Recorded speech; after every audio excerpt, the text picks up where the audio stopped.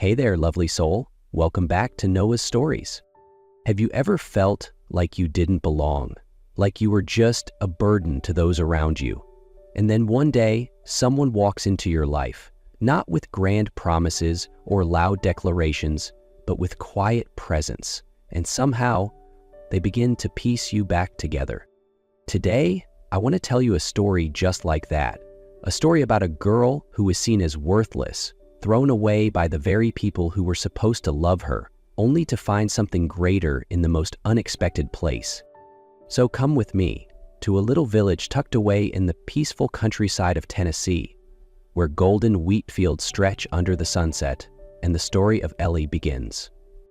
That story begins on a quiet winter night in a sleepy Tennessee village. The golden wheat fields lay bare beneath a slate-gray sky, and cold wind swept across the edges of the woods where an old wooden cabin stood alone, creaking with each gust.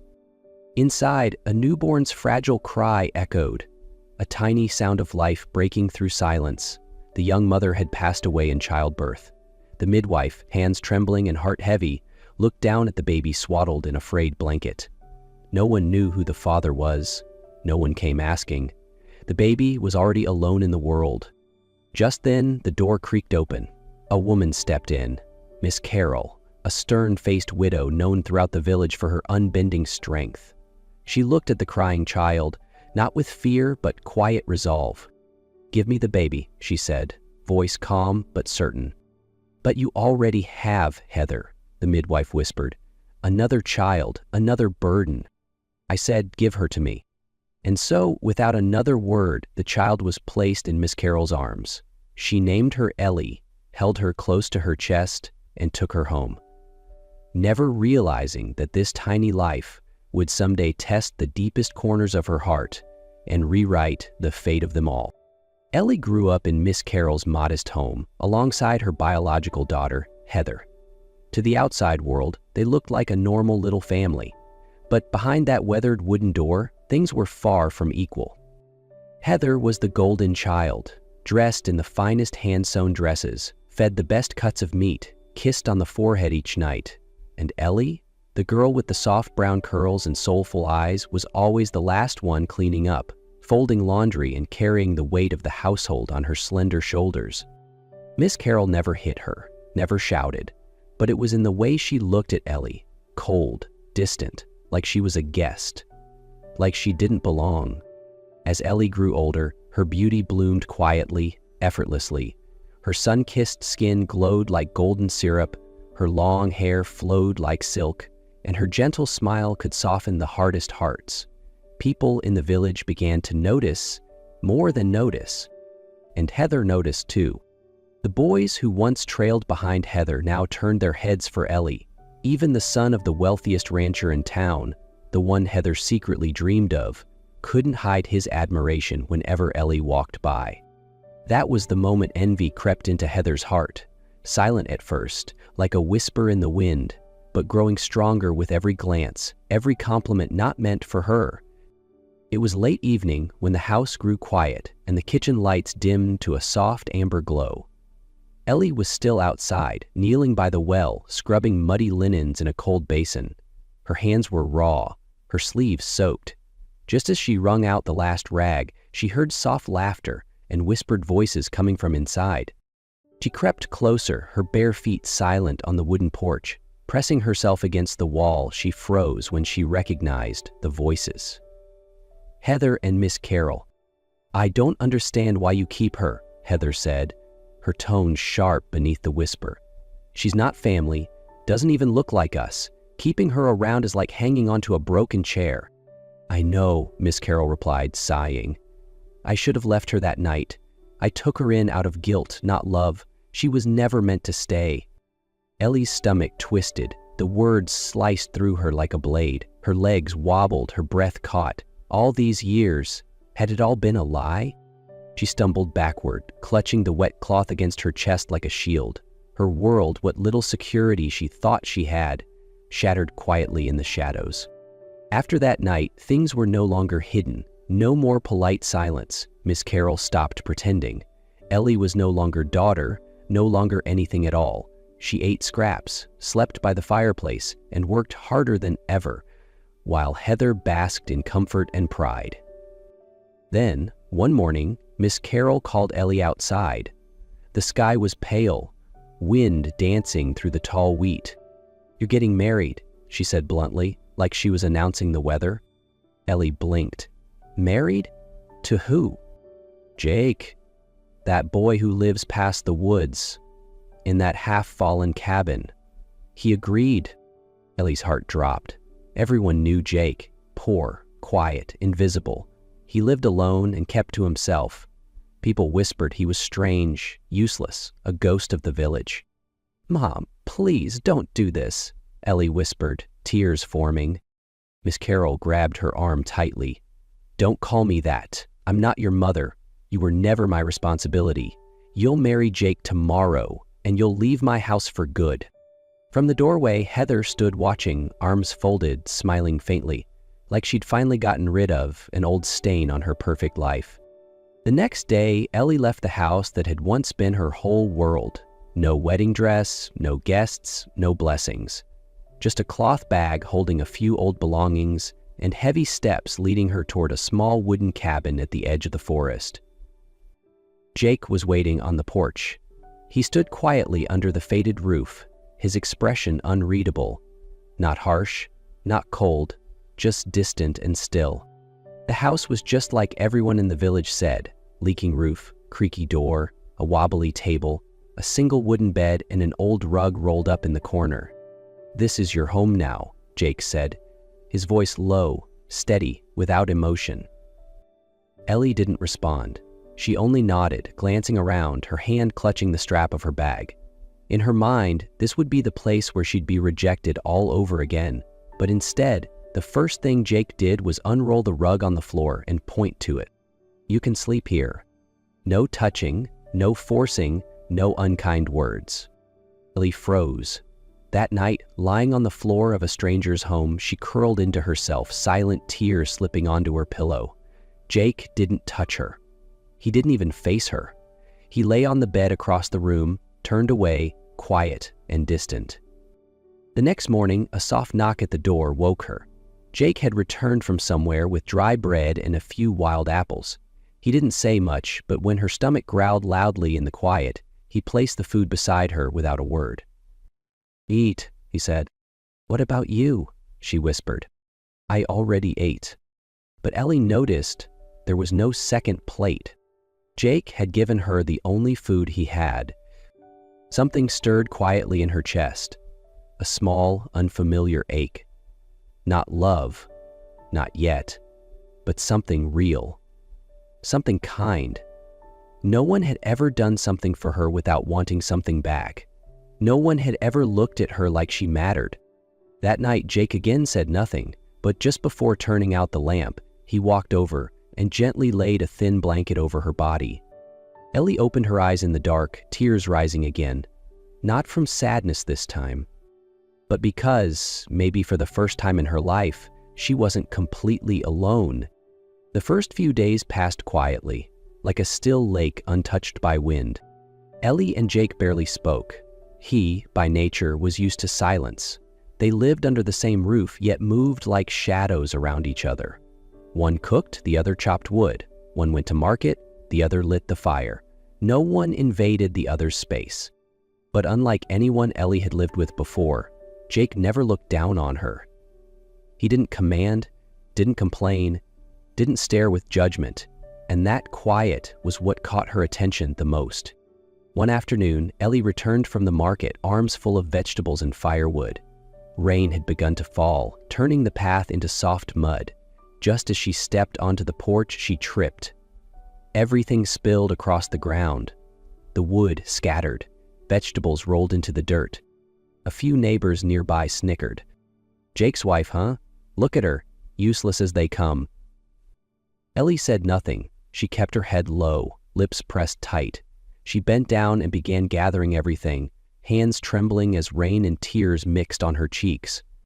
Then a hand reached out, firm, gentle. "Jake." Without a word, he knelt beside her and helped collect the mess. He didn't scold. He didn't pity. He simply helped. Later that evening, as they dried off inside, Ellie looked at him. Really looked at him. "Why aren't you like the others?" she asked softly. Jake met her gaze, his eyes deep and quiet. "Because I know what it feels like to be seen as nothing." He didn't say much, just fragments. A life once filled with rejection, laughter behind his back, silence that lasted for years, being forgotten, being nobody. Ellie sat still, his words echoing through her like ripples across water. For so long she had believed pain belonged only to her, but now? The man before her wore the same invisible scars. She reached out and gently touched his hand. Jake froze, surprised. "You're not worthless," she whispered. "You're the first person who's ever made me feel like I mattered." He didn't speak, but he held her hand, firmly, slowly, like it meant everything.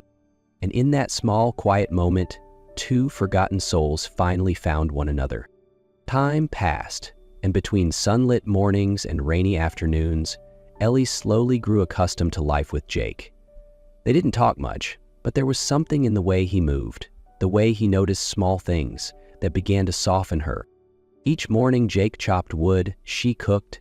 Each night they sat beneath the porch, watching stars flicker above the trees. The silence between them no longer felt heavy. It became peaceful, like a quiet understanding spoken without words. Until one afternoon.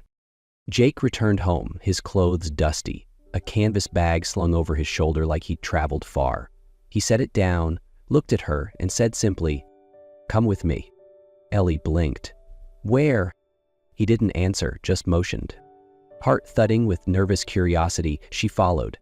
They crossed wheat fields and winding paths Ellie had never walked before. As the sun began to dip, casting gold across the hills, they reached a large iron gate, tall, ornate, like the entrance to another world. "Where are we?" she whispered. Jake didn't reply. He pushed the gate open. And there it was. A mansion. Tall red roofs, perfect rows of trees, golden light pouring from grand windows, a home from someone else's dream. Ellie stood frozen. "Jake, what is this?" He turned to her, eyes calm, voice steady. "This is my home." She shook her head in disbelief. "But you're poor." Jake smiled genuinely for the first time. "No, Ellie, I just let people think that." Her breath caught. "You lied to me?" Jake stepped closer. "I needed to know if someone could love me for who I am, not for what I own." Ellie's heart sank. All those nights hungry, all those days in silence, were they just part of a test? Her voice trembled. "You let me believe we had nothing." Jake said nothing. Ellie looked away, eyes stinging. "I need time." And for the first time since they met, she walked away from him. The sky darkened as Ellie walked in silence. Tears streamed down her face, but she didn't wipe them away. She wasn't sure where she was going. All she knew was that her heart felt stretched to the point of breaking. She had believed Jake was the one person who had never hidden anything from her. And yet, he had a whole other life, one he never let her see. Before she realized it, her feet had taken her to a place she hadn't intended to return to. Miss Carroll's house. She stood there, hand trembling as she knocked.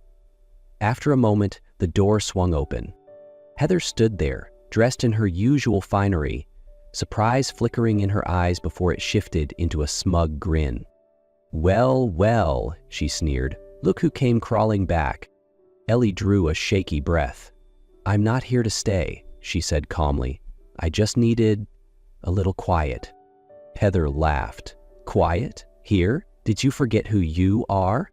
Ellie met her gaze, voice steady. "I used to be no one, but I'm not that girl anymore.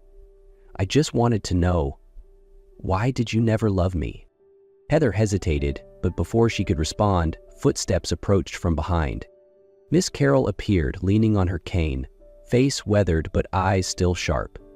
"Because you were never mine," she said flatly. Ellie nodded. She had known that for a long time, but for the first time, hearing it didn't hurt. "Then I won't ask to be loved anymore," she said softly. "I just came to say, I forgive you." Both Heather and Miss Carroll froze. Ellie smiled faintly, her voice calm. "I don't need your love anymore. I found it. In the one place you used to laugh at." And with that, she turned and walked away. That night, Ellie returned to the mansion, not quite sure if it was still her home. Her heart pounded as she stepped through the iron gates where Jake stood waiting under the soft glow of the porch light.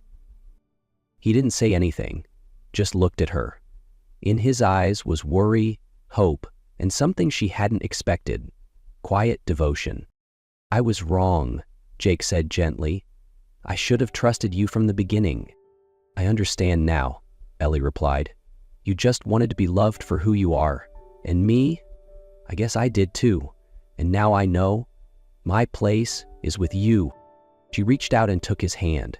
For the first time since they married, there was no space between them. That night, Jake didn't unroll the rug on the floor like he used to. Instead, he lifted the covers of the bed and glanced at Ellie, silently asking. She didn't speak, just walked over, climbed into bed beside him.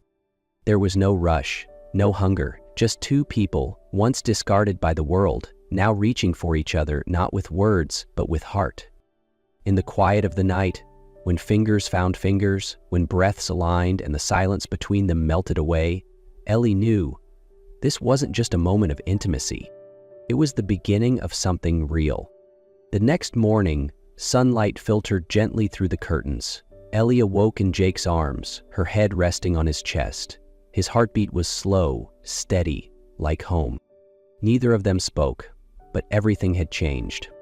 A month later, Jake brought Ellie into the garden, where wild flowers bloomed beneath the spring sun. He knelt, not out of duty this time, but out of love. In his hand was a small ring. "Ellie," he said, "we were forced into marriage once, but today I want to choose you. Will you marry me again, this time with your heart?" Tears fell as Ellie smiled and nodded. "I've always chosen you." That night, Ellie returned to the mansion in silence. She wasn't sure if Jake would still want to see her. She wasn't sure if her heart was fully ready to forgive. But one thing she knew: she didn't want to lose another chance at love. Jake was already waiting at the gate. He didn't speak, just stood under the warm glow of the porch light, eyes full of worry, not blame, not anger, just hope. "You shouldn't have hidden it from me," Ellie said softly as she stepped closer. "I know," Jake replied, his voice low. "But I understand now. You just wanted to be loved, as a person, not a wallet." Jake nodded. "And me, I don't know when I started loving you, but I know this. If I walk away now, I'll regret it for the rest of my life." Jake stepped forward, gently took her hand. "I don't need anyone else," he whispered. "Only you." They embraced, no grand gestures, no speeches, just two hearts that had once been broken, finally finding each other whole. Months later, Ellie and Jake held a small ceremony, not to redo their wedding, but to choose each other freely, with no pressure, no secrets, just love. Jake knelt again, this time holding a simple ring. "Ellie," he said, "we didn't choose each other the first time, but today I want to. I choose you, once and forever. Will you marry me again?" Tears rolled down Ellie's cheeks. "Yes," she whispered. And this time, it was love, pure and true. As I share this story with you, I don't just want you to remember Jake and Ellie. I want you to remember this. Sometimes we need to be thrown away so we can find where we truly belong. Never believe you are unworthy of love, because sometimes, in the very moment you feel invisible, someone out there is quietly seeing your worth. If this story touched your heart, don't forget to leave a comment. We'd love to hear your thoughts. Hit the like button if you enjoyed it, and make sure to subscribe so you won't miss the next story here on No Stories. Thank you for listening. You are always worthy of love.